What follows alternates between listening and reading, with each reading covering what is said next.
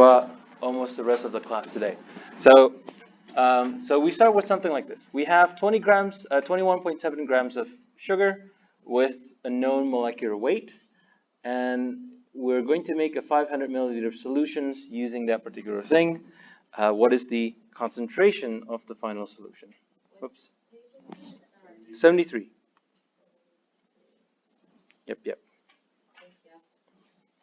So, what is the concentration of the resulting solution is what we're trying to find out. Excuse me really quick, I'll just draw with touch. And as always, because we want to know the concentration, the equation relevant for that is that the concentration C is the number of moles over volume.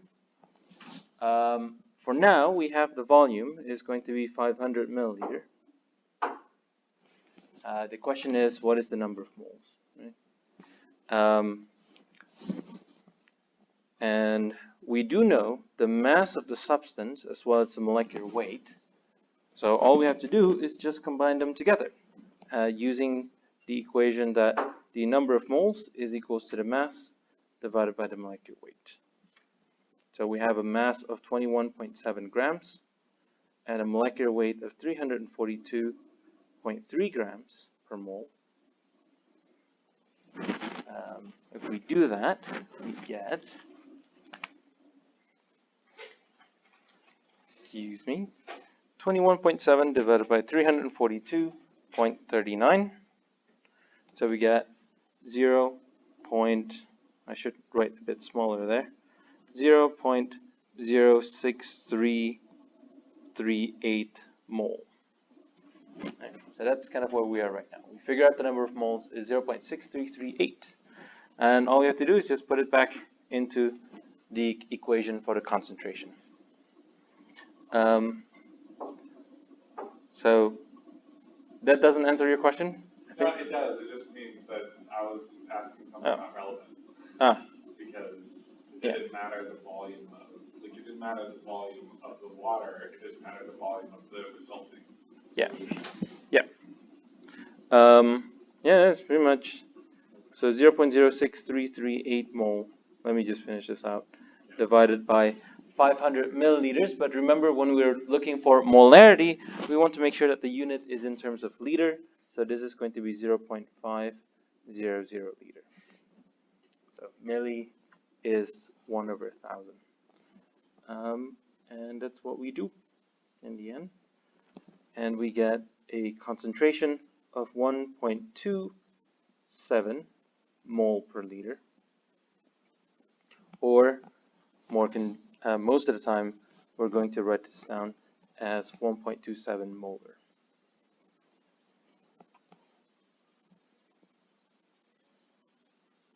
With a big M in it. So that's, if you see a big M, which is molar, it's the same thing. So far so good? Yeah? Yeah? Alright. And I do want you to have an instinct to do this. Majority of the time is that since we are a chemistry class, if you're given any quantities, whether you're given stuff in terms of mass, then your first instinct is, how do I convert it into moles and so on? Because that's going to be the basis for majority of the stuff in the class. And then going back to molecular weight,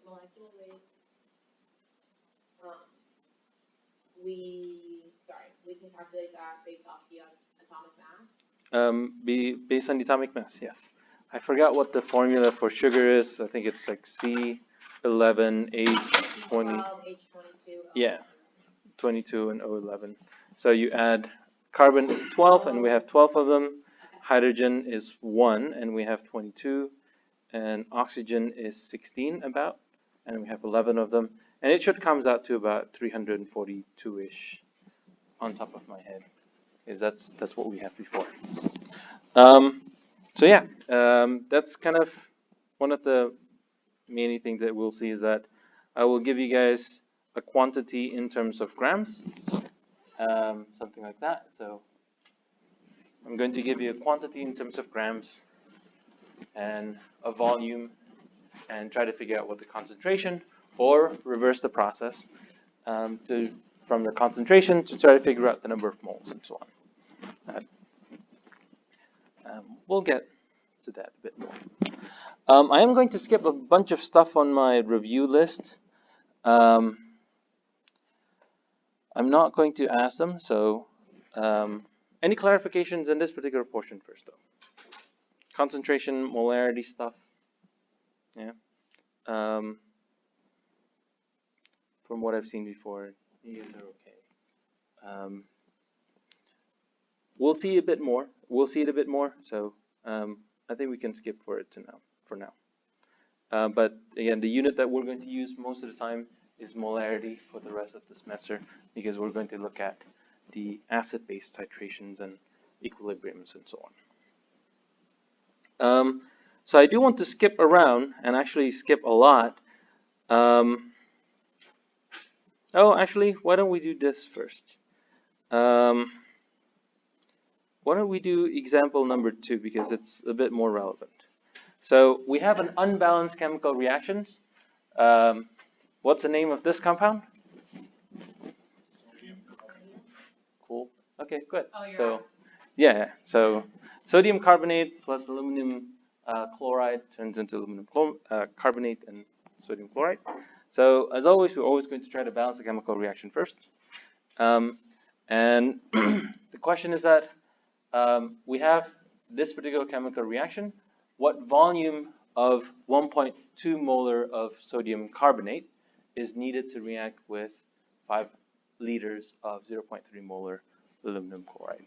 So the first step is always, if you kind of scroll to the other side of the page, there's a bit of a step-by-step.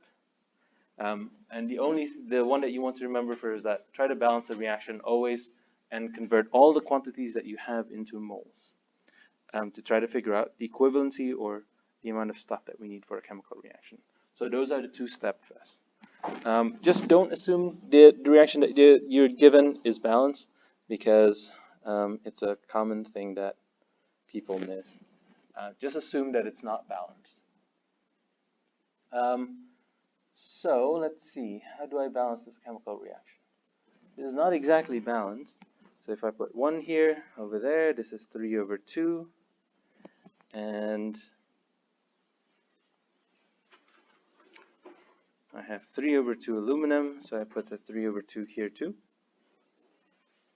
Right, so that's kind of a somewhat not exactly balanced chemical reaction. And the proper way to balance this reaction is we have to get rid of all the fractions. So this becomes 2, 3, 3, and 4. and then what I'm doing right now is just basically balancing it using the ping pong method, and I go from there. So sodium, if I were to look at it from the sodium side, there's 2 sodium and 1 sodium here, and I just go all over the place. But let me just balance this really quick. 2, 3, 3, 4, for quickness.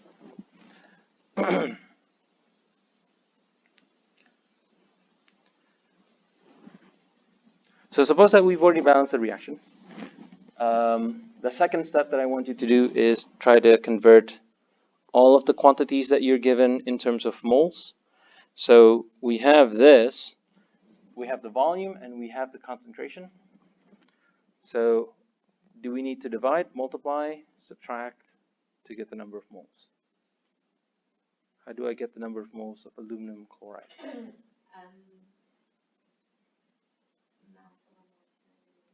Yes, if we have the mass and the molecular weight, but we have the volume and concentration. First, have to figure out the amount of moles of aluminum chloride. Right. So if you have a concentration, then concentration is moles over volume. We have the volume, and we also have the concentration, so we should be able to then calculate the number of moles by multiplication. Right? So it's just an algebra that the concentration times the volume is going to be equal to the number of moles. So part B is convert all of the quantities that you can convert into moles first.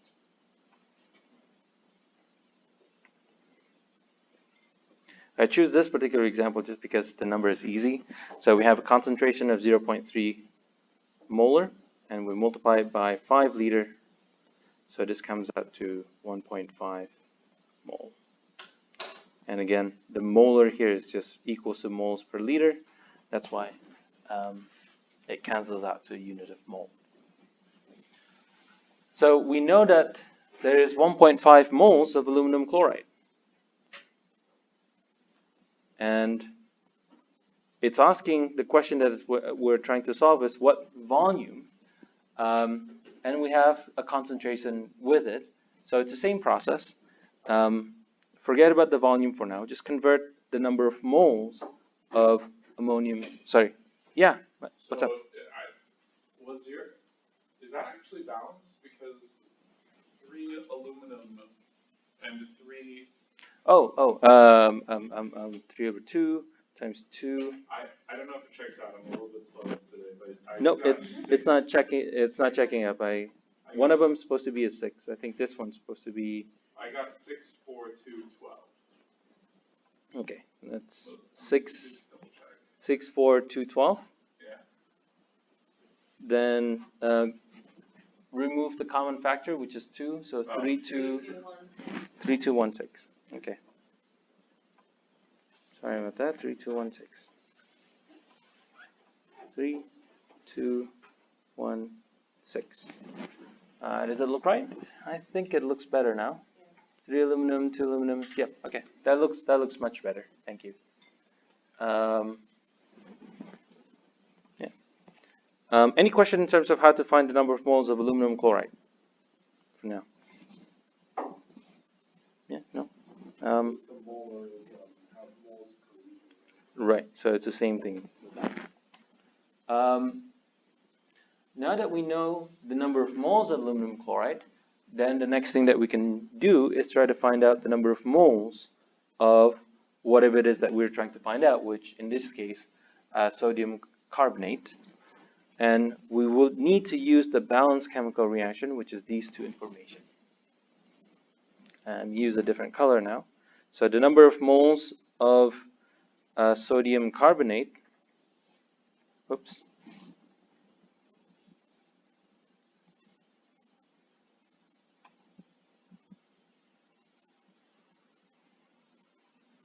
Hold on. It's being a bit iffy.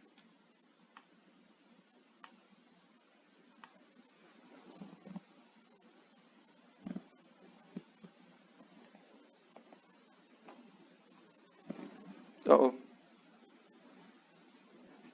Sorry, technical difficulty. To get the number of moles of sodium carbonate, we would need to use the balanced chemical reaction in this case. So I am not sure why it's doing that. Na2CO3.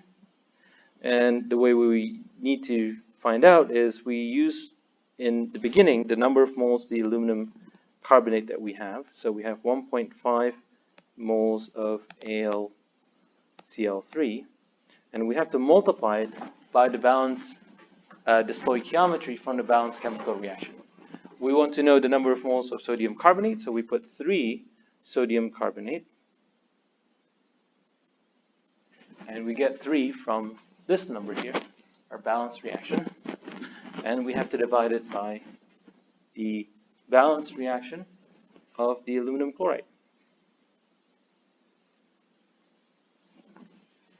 The aluminum chloride cancels out, so it basically just becomes a simple unit conversion fraction, factor and so on, and we get the number of the moles equals to 2.25 moles, but it's no longer moles of aluminum chloride.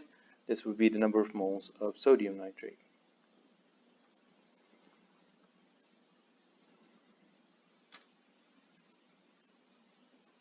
And we're almost there. Oops, I use a green there. We're almost there in terms of solving the problem. We want to know the volume, not the number of moles, but we know the concentration, so we can then just use the same equation for the concentration to solve the volume. And the equation that we have is that concentration is equal to moles per volume. Therefore, volume is just equals to the number of moles divided by the concentration. We know that the number of moles is 2.25 moles of Na2CO3, and we divide it by the concentration, which was 1.2 moles, or 1.2 molar. Divide one with the other, we get 2.25 divided by 1.2, a volume of 1.875 liter. And that's kind of the rest of it. So the concentration, not the concentration, my bad. The volume that we need is 1.875 liters of our 1.2 molar sodium carbonate. So a bit of a refresher, balancing chemical reaction, and so on. And again, the highlight that I want you to remember is that whenever you have a chemical reaction type problems and you see a reaction going on, the first thing that you want to make sure is that your reaction is balanced. And number two is convert all the quantities into moles. Moles is 6.022. That's number of molecules. It's not molecules per mole, but not the same thing. Moles is not the same thing as molecules. I know it's kind of an annoying thing, but 1 mole is equal to what you said, 6.626, 6.022 times 10 to the power 23 molecules. Not exactly the same thing. So mole, and sometimes also without the E. They sound the same, but they're not the same thing.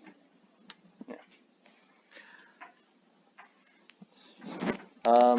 Any questions? Yeah. Then we're going to zoom out and skip through a bunch of other materials. So I'm not going to go into this portion here, which is the classification of chemical reaction.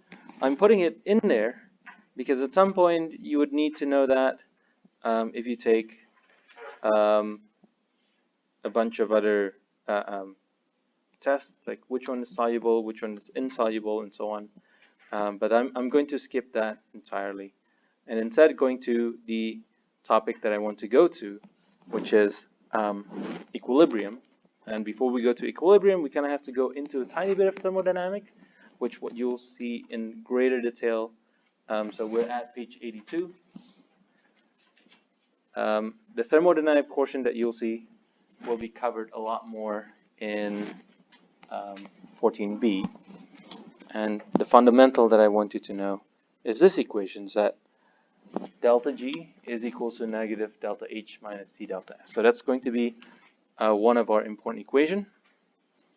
And the reason why we're interested in the value of delta G, or I should say the change in the Gibbs free energy, is because a reaction is considered spontaneous when the delta G value is equal to a negative. Spontaneous. And the spontaneous reaction means that once the reaction starts, it will continue without any external energy input. At least that's for our non-thermodynamic definition for now. Essentially, if your reaction is not spontaneous, then you will have no reaction whatsoever. There's a couple of things that I want you to know. That is, if the delta G is negative, then the reaction will go forward, as it's written in periodic in the balanced reaction. If the delta G is 0, that means your reaction stops, or I should say they are at equilibrium. And if your delta G is going to be a positive value, then your reaction would prefer to go in the reverse direction of what you decided to be, of what you wanted. So that's just kind of the definitions of negative and positive and so on. So the thermodynamic portion that we're going to explore for today is predominantly the concept or the number or what happens when the value of delta G is going to be a negative, a 0, or your system is at equilibrium.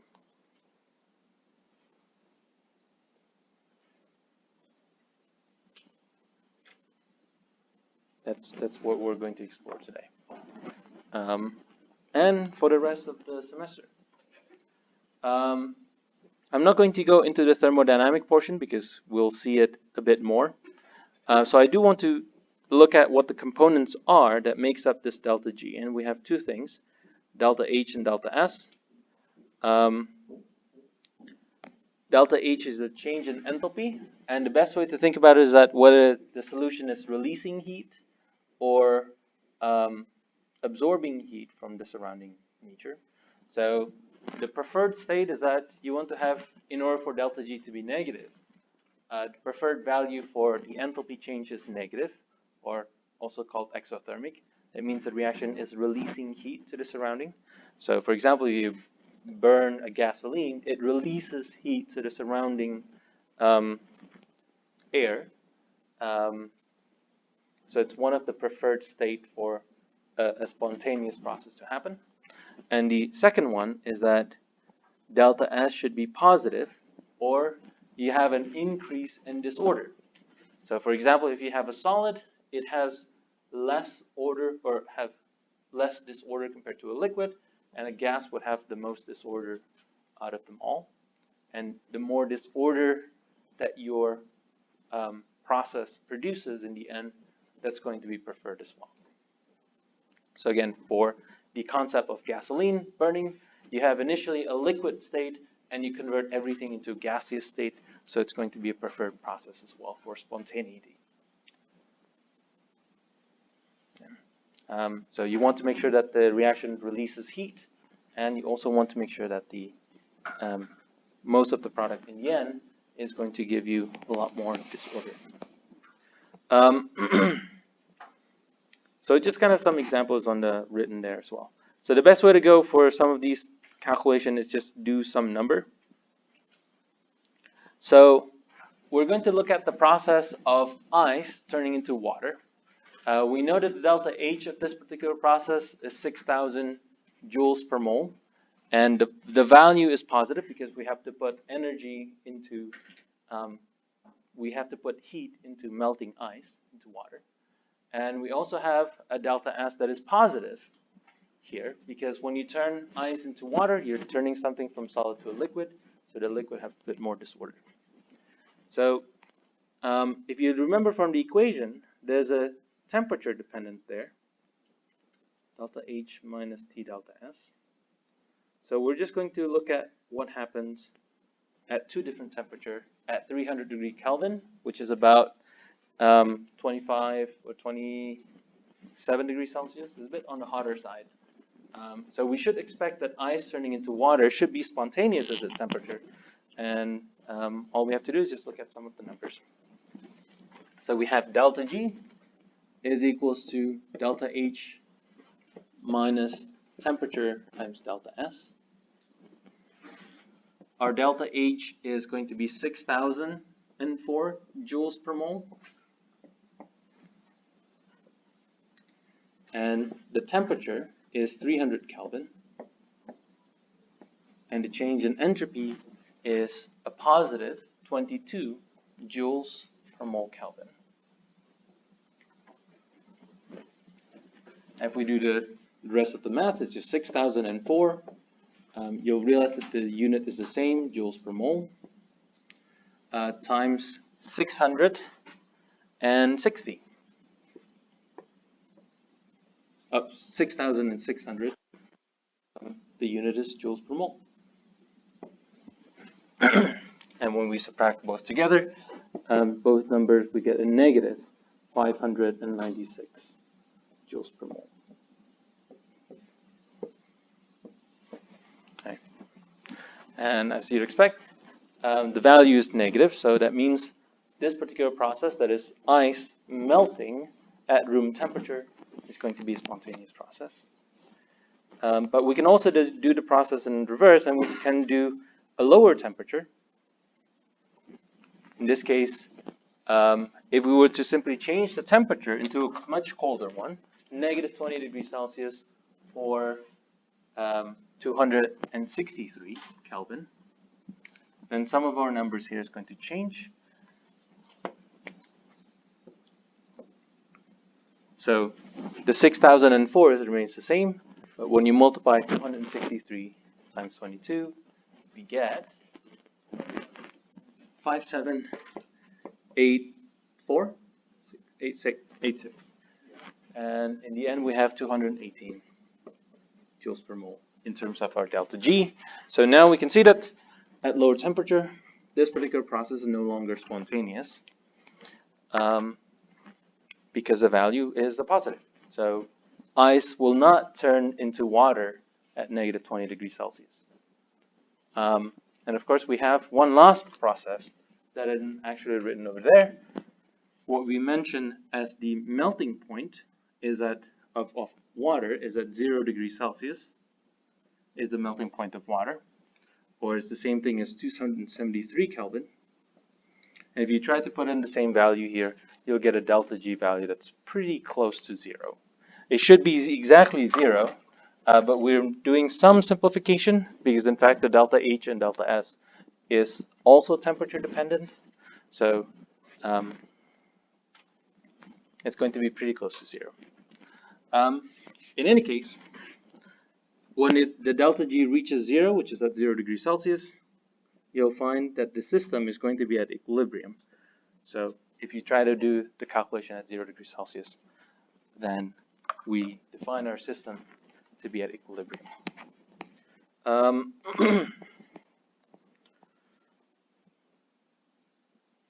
going to skip the transition state as well because that's going to be 14b, and instead kind of go into some of the calculations as well. So I'm going to skip a bunch of stuff because I think it's a bit of a review. Instead, I want to go into the equilibrium state. And whenever you have a chemical reaction, there's a weird thing that happens. That is, you're never going to have exactly 100% of your product turning into the product, because what you'll find is that there's going to be some kind of entropy term that would cause the reaction to be somewhat in the middle rather than all the way to the end. And that's basically what we're going to try to get to for today. So suppose that we have a process that has a negative delta H. Right? If one were to try to look at what happens energetically, so we can say we have 0% reaction, and we can also have 100% reaction. And the y-axis in this case is just energy.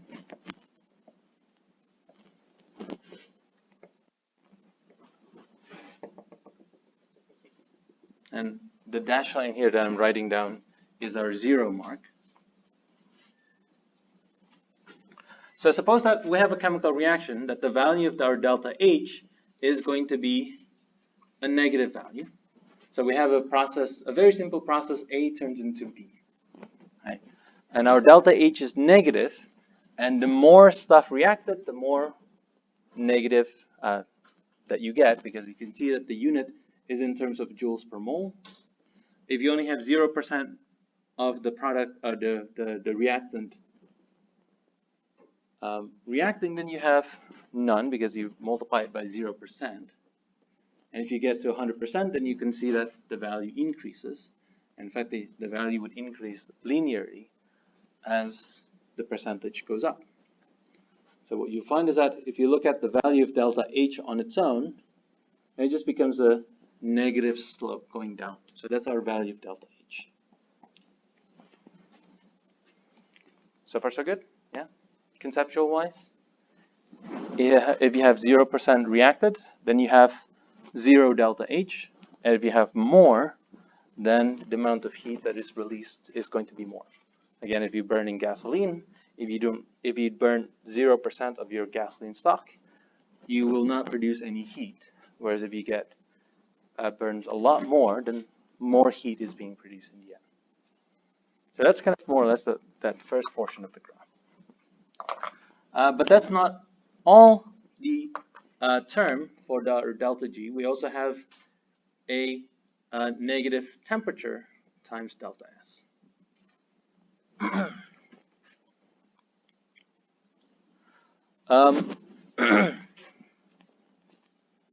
So my question is that if you have just a simple system, 100% A and 100% B,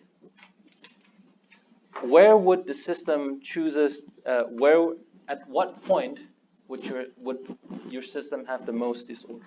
Well, if you have 100% of one thing, then there's no disorder whatsoever. You have 100%.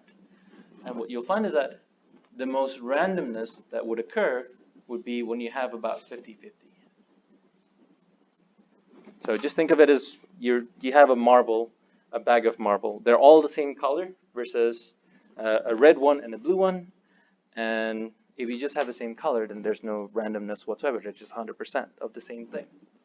But if you mix them around, then you can see where you can find that marbles could be rearranged in various randomly distributed fashion, and you'll have a lot more randomness somewhere in the middle, which is closer to the 50-50. Or if you want to look at this particular picture, somewhere in the middle, there's a lot more randomness in there because you have a bunch more stuff. So if you look at where the T delta S portion, delta S is going to be a positive value. Temperature is going to be positive as well. So negative T delta S is going to look something like this. So that's going to be our negative T delta S. This is our negative T delta S. And what I want to know is that it's going to maximize, or I should say, the largest absolute value would happen at around the 50-50 mark. So what happens when we actually reaches equilibrium? Well, our equilibrium is again our delta H minus T delta S. So we have our delta H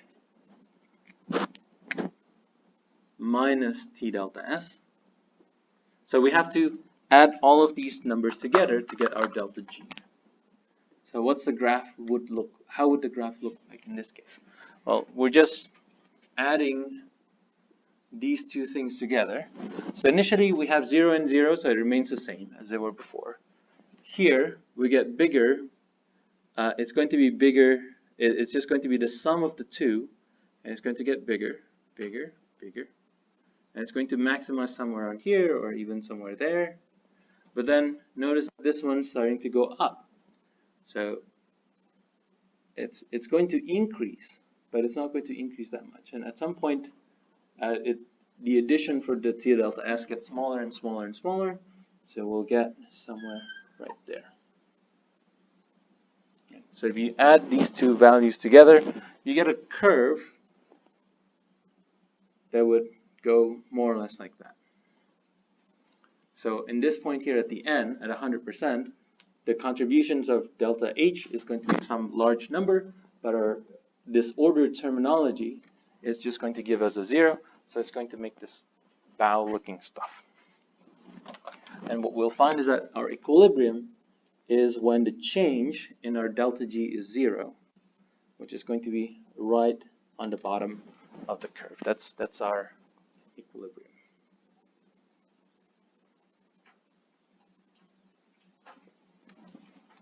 That's mathematically that would be what it looked like, or graphically. The concept is just that. And it's not a new concept. It's something that we've done before, and actually we've done all the time. Even when you're doing MO diagram, you're always going to fill the lowest energy state, and that's going to be the most stable state. So the equilibrium is going to be the final state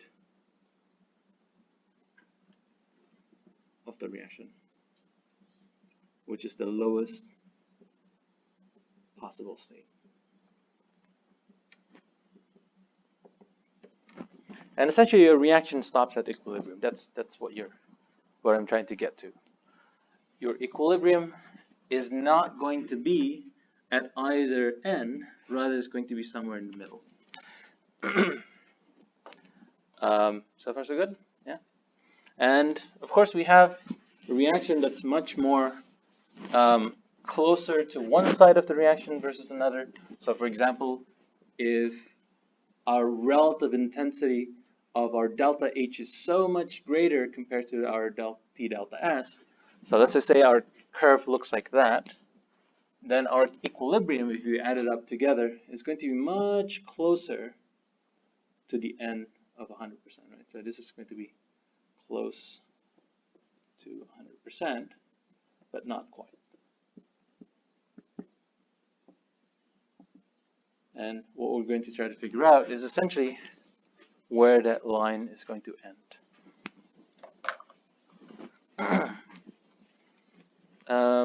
Conceptual stuff.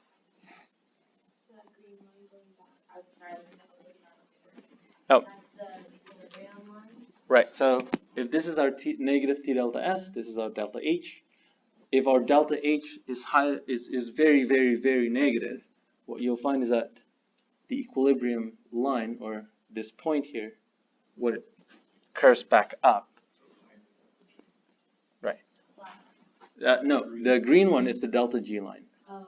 The bottom of it is the equilibrium. Yeah. Got it. Yeah, the bottom is the equilibrium point, and depending on the actual value, then you get things that are closer to 100% or something that's closer to 50%. It really depends on the number.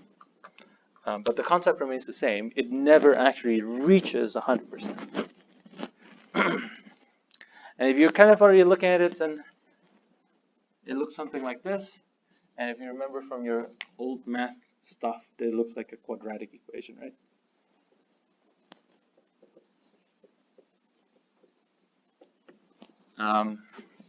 It looks like x to the power of 2 type things, then it's precisely what we're going to solve for the rest of the semester too, just solving a bunch of quadratic equations, trying to figure out where it bottomed up in the bottom there. So yeah.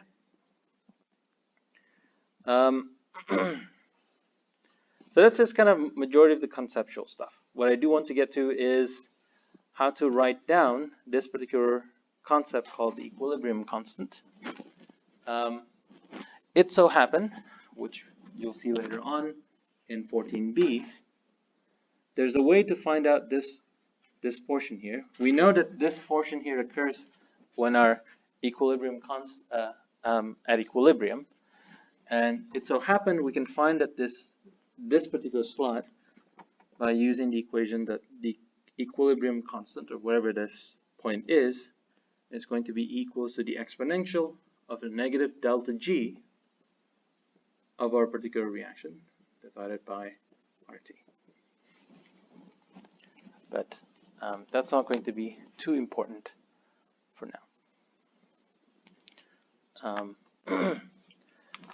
And what I want you to know is that when equilibrium is reached, it's going to follow this particular configuration.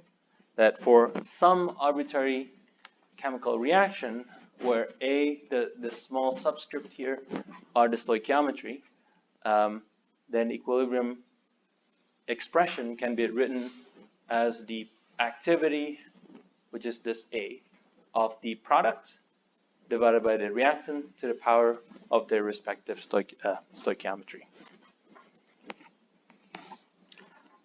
Majority of if you've taken high school chemistry before, usually your teacher would have skipped this activity stuff, but I'm putting that in there for now. And what I want you to know is that for a solid and a liquid, this activity is going to be equal to 1. And if your reactant or product is in aqueous phase, we're going to use concentration divided by 1 molar. And if it's a gaseous product or reactant, we're going to use the partial pressure divided by 1 atm, the pressure of the gas. Yeah. And the best way to kind of write these things down is just start writing down the equilibrium constant. So, for example, if I have this particular chemical reaction, 2A plus 3B is in equilibriums with product C and 4D. And if you look at all the quantities are aqueous, then the equilibrium constant can be written as the product divided by reactant to the power of stoichiometry. So we have concentration of C divided by 1 molar. So the power of stoichiometry is just 1. Multiplied by the concentration of D divided by 1 molar to the power of 4, divided by concentration of A to the power of 2, and concentration of B to the power of 3. Okay? So that's what we get. What I want you to notice as well is that they're all divided by the unit of molarity here. So what you'll find is that K equilibrium in the end is going to be unitless quantity.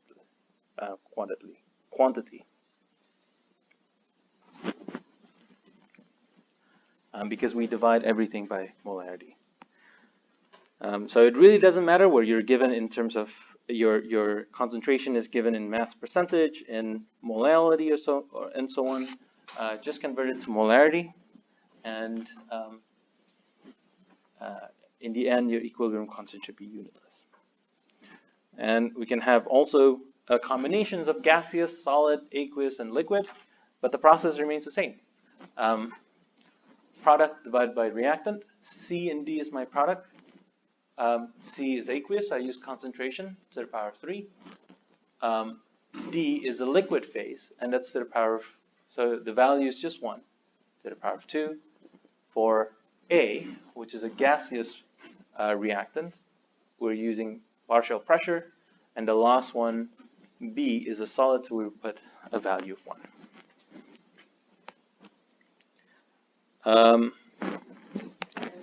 So my question is, have you guys seen this before? Just double checking. I can move. Set up like that. Okay. If you haven't seen it before, then that's fine. We'll slow down a bit too. There's a couple of things that I want to say. So why is the liquid and the solid phase written in terms of as a value of 1? Why we write it down as 1? This is our solid state and this is our liquid state. Why do we use a quantity of 1 instead of something else?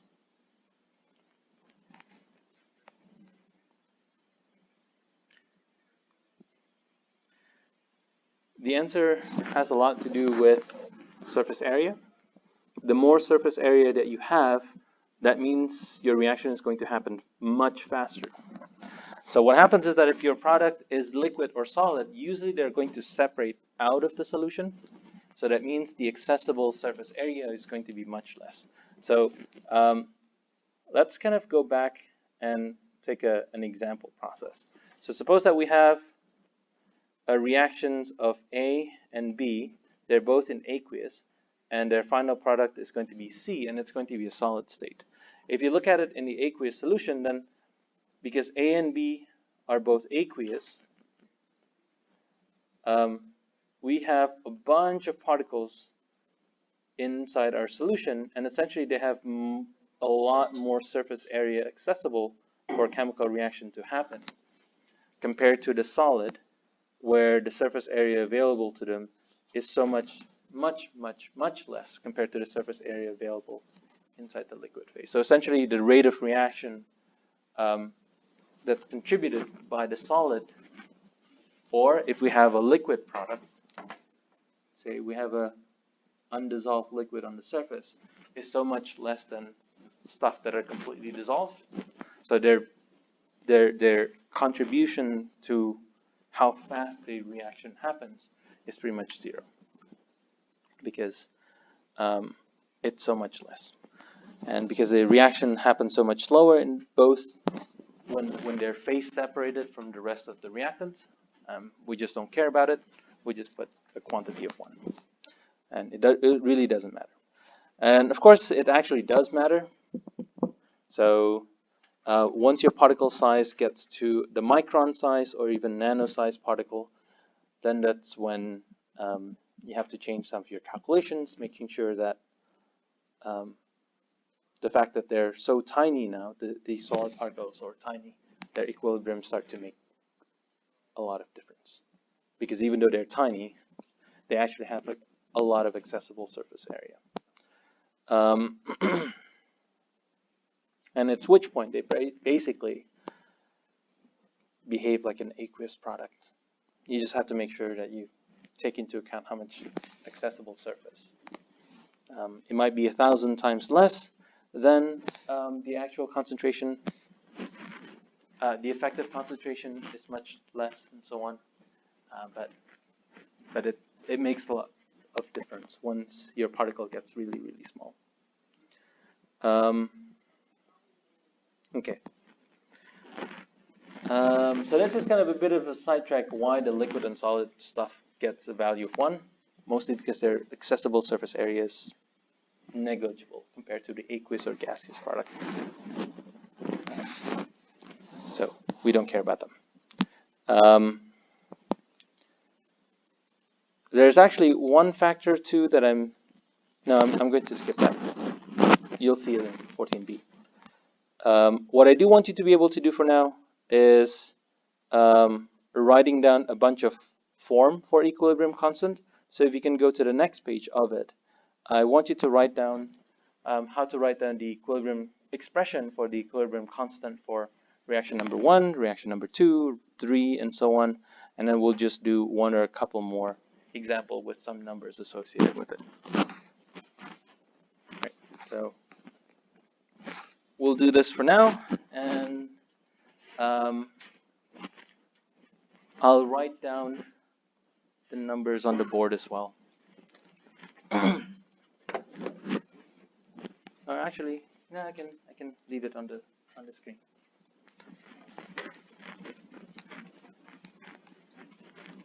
Don't worry too much about the value calculation for delta G or that graph that we have on the board. What I do want you to be able to master is how to write down the expression of the equilibrium constant for an arbitrary chemical reaction.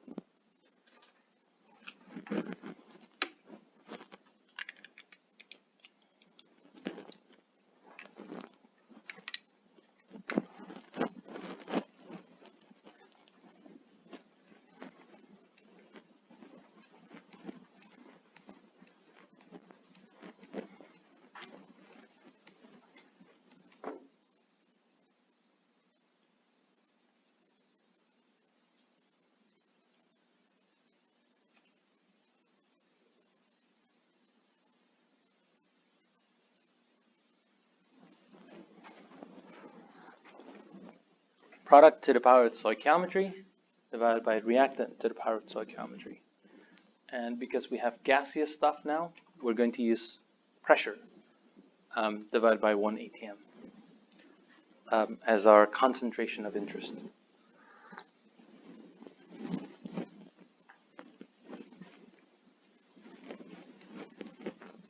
What's up? Oh, yeah. So these are so it's product divided by reactant. So write down K equilibrium. Which one is our product? It's ammonia. Ammonia, and we have 2 of them. And because it's a gaseous, we have to write down the pressure of ammonia. So P, then ammonia, right, divided by 1 atm. And then we have to put a bracket on all of them to the power of stoichiometry to the power of 2. Okay. And then we have to divide it by the reactant. And we do the same rule. If it's gaseous, we put pressure. Pressure of Nitrogen gas and 1 atm to the power of 1, because the stoichiometry is just 1. times 3H2. To the power of 3. Yes, and that's basically it.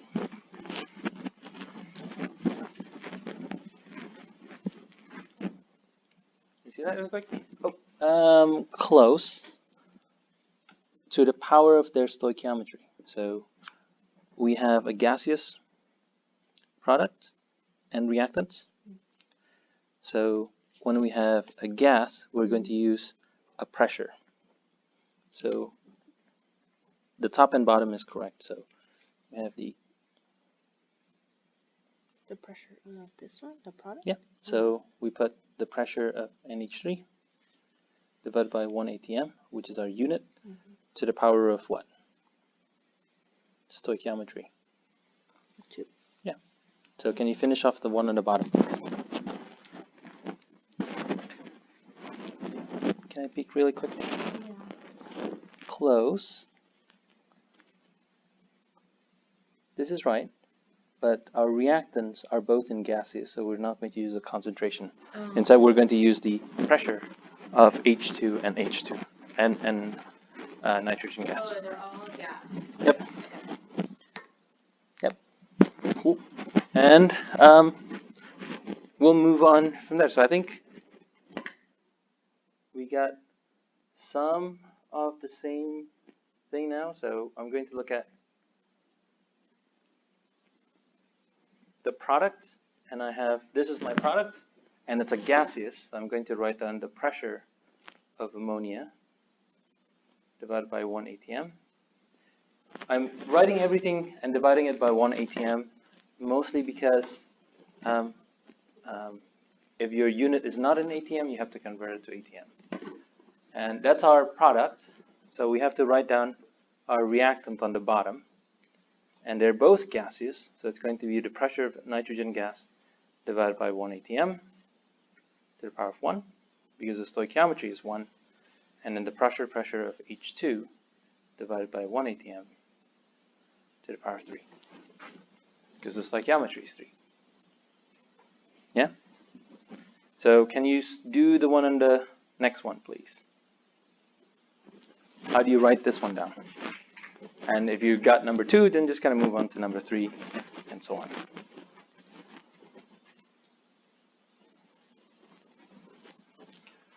In constant, if our product and reactant is aqueous, we're going to use concentration.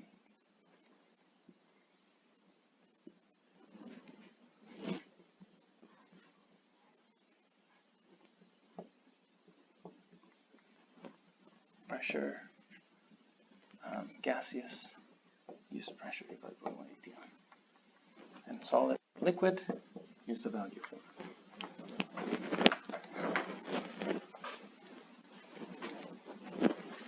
Right. Yep. Why is there a minus there? Because this negative, does that not matter? No. So can you write down instead of C the actual compound? So H Oh, plus okay. and A minus inside? Oh, that's where I put the minus. Right. Because otherwise it's just random. And Yeah. then the bottom. Yep. Never mind. Yep. Yep.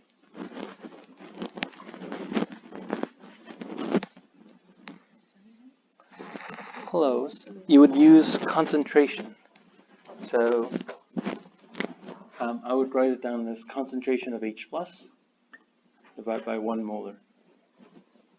Like that. Yeah. The bracket is our the convention for concentration. Yeah. Where are you right now? Not sure, so is it Bracket H plus. That's our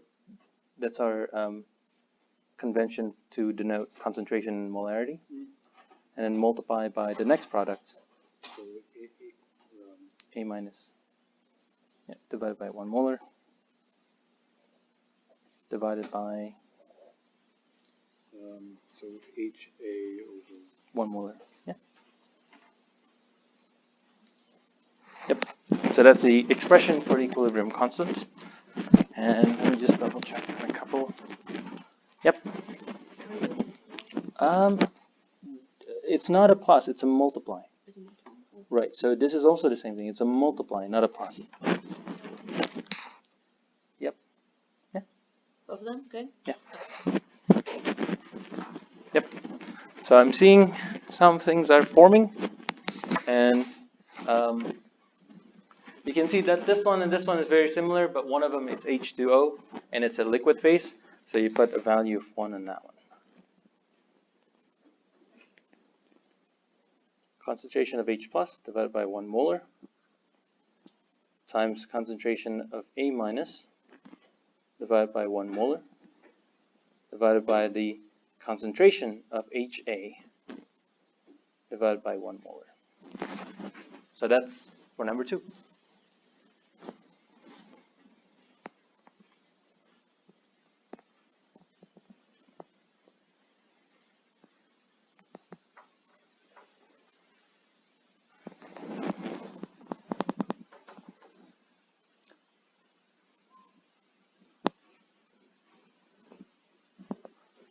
So Rachel, for number 3, can you shout out for me, please, what's the stuff on the top?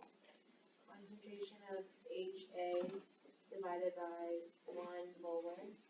Okay. Times concentration of OH minus divided by 1 molar. Okay. And Angel, what's the stuff on the bottom for number 3? Concentration of A Minus? minus over 1 molar. Yep. Times concentration of H2O. Close. Notice that it's liquid phase. So what do you have to put when it's liquid phase? 1. Yeah. So times 1. So that's for number 3. Just aqueous, use concentration. If it's liquid, then use a value of 1. And I'll just finish off numbers 4. We have a gaseous and equilibrium. In equilibrium with aqueous stuff, so the equilibrium constant is going to be aqueous. So concentration of CO2 divided by 1 molar divided by the partial pressure of CO2 divided by 1 molar. So something like number 4, for example, is your carbonation in soda. So what is the equilibrium concentration of dissolved CO2, the fizziness, if you have certain partial pressure of oxygen or carbon dioxide in the air? Something like that. So why don't we do an actual numerical plugging stuff in something like this. So what is the maximum amount of sugar that can be dissolved in water? The maximum amount of sugar that can be dissolved in water is 500 grams in 100 milliliter. Given that the molecular weight is 342.3, what is the equilibrium constant value of this particular reaction?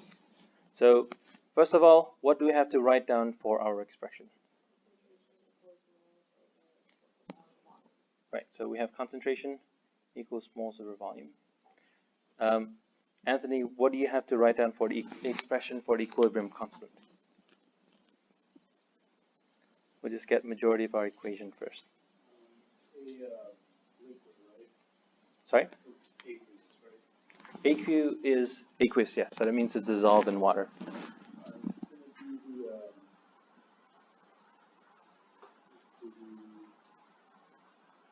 the, amount of 500 over. Oh, just give me in terms of something divided by 1 molar. We'll get to, yeah, you're skipping. Concentration of sugar Yeah. over 1 molar. Divided by 1 molar. Over the 1, isn't it? Yeah, solid is just 1. Right. So our expression for equilibrium constant is just the concentration of sugar divided by 1 molar. So that's what we got. And so we don't care about the solid at all because it's just 1. So what we need to know is just the concentration of our sugar solution. We know our volume is 100 milliliter or 0.1 liter. How do I get the number of moles? You do the mass divided by the molecular weight. Right, and we get the number of moles from there. So let's just kind of punch in some of the numbers.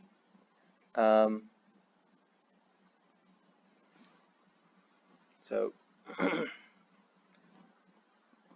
the number of moles is going to be equals to 500 grams divided by 342.3 grams per mole. And Anthony, you already have a number for me? Or Rachel, I think you may have 1.4607 mole of sugar. Yeah. And let's get to the concentration. So the concentration is the... oh, somebody read it out. Right. There's a molecular weight in there. C12H22O11.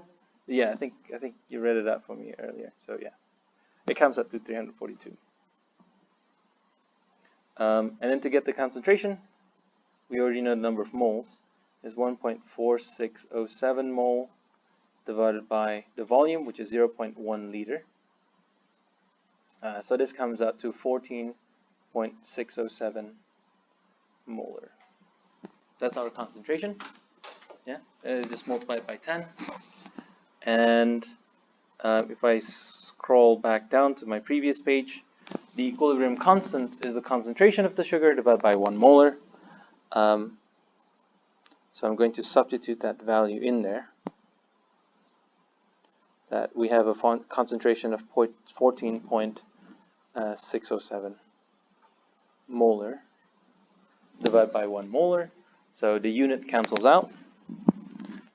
In the end, we have a value of equilibrium constant of just 14.607.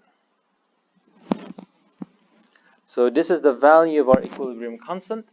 That means the sugar concentration, when we have this particular process of solid sugar turning into an aqueous, the value is going to stop when the equilibrium constant reaches 14.607. The process of solid sugar turning into aqueous will stop when the value is equal to 14.607. So, in practicality, if you knew the equilibrium value, but you didn't know that sugar's maximum was 500 grams and 100 milliliters, you could figure that out? Yep. Okay. Because once you've written out the expression that is basically just concentration, you can figure out the maximum stuff. All right, so suppose what it simply means is that suppose that I have a bunch of sugar that I put into my water, and I put so much sugar that it stops dissolving. So it's what we call saturated. We added so much sugar inside our water that it stops dissolving. It really doesn't matter whether we add more sugar crystals in there. The concentration of the sugar wouldn't make any difference anymore. That's really what it means. That at a concentration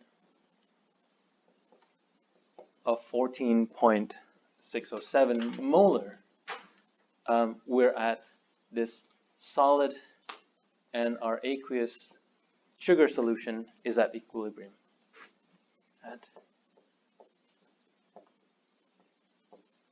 Which means that it's stopped.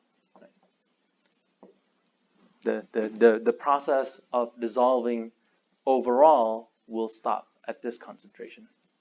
So that's what it means by the reaction reaches, or whatever process reach equilibrium, it will stop there. Or this is our final state.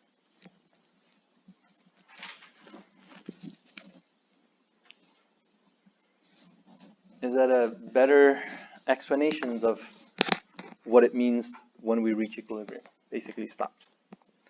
And then we can also just change some of the numbers too. For example, we can change around the concentration like this. That's if you look at the pressure inside a can of Coke, then the partial pressure, or the pressure inside the can, is about 5 atm, and what you'll find is that the concentration of CO2 is going to be 14, and it's going to reach that equilibrium state. That the equilibrium just reach whenever the value is equal to the equilibrium constant. I'm just going to go back to this particular picture too. So what happens if our state is at equilibrium and then we add something to it, or we change it a little bit. So what happens if I were to add, so suppose that our system is at equilibrium, I move it away from equilibrium, well, it's going to try to go back to the equilibrium that it starts at before. So if you do something to it, the reaction simply is going to try to merge back to the equilibrium state again. So that would be like, it was a sugar example, stirring the sugar. Yeah. Yeah. Well, actually, Still probably, but well, it would be in this case, I'm trying to figure out something. Well, we can, for example, we have, our system is at equilibrium. And what we can try to do is we can put another sugar crystal inside the solution. So same process. What happens is that when you add it in there, some of it will kind of start to dissolve a bit, but what happens is that it's going to recrystal back out, and as you fall down, it's just going to come back to the same state. So I suppose that it would be the same thing if you try to stir it really hard. As you stir it really hard, some of the sugar chips out, and the concentration is a little bit higher, but once you stop stirring, it recrystal back down. So that would be a good analogy. Thank you. Or it actually is not an analogy because it's exactly the thing that's happened. So what else? Any question for now? How to write down the expression? You okay? Yeah, pretty straightforward. So the things that I want you to do, I don't want to go to acid base for now. Instead, I want to be able to go through some of the math. So I'm going to close out the video.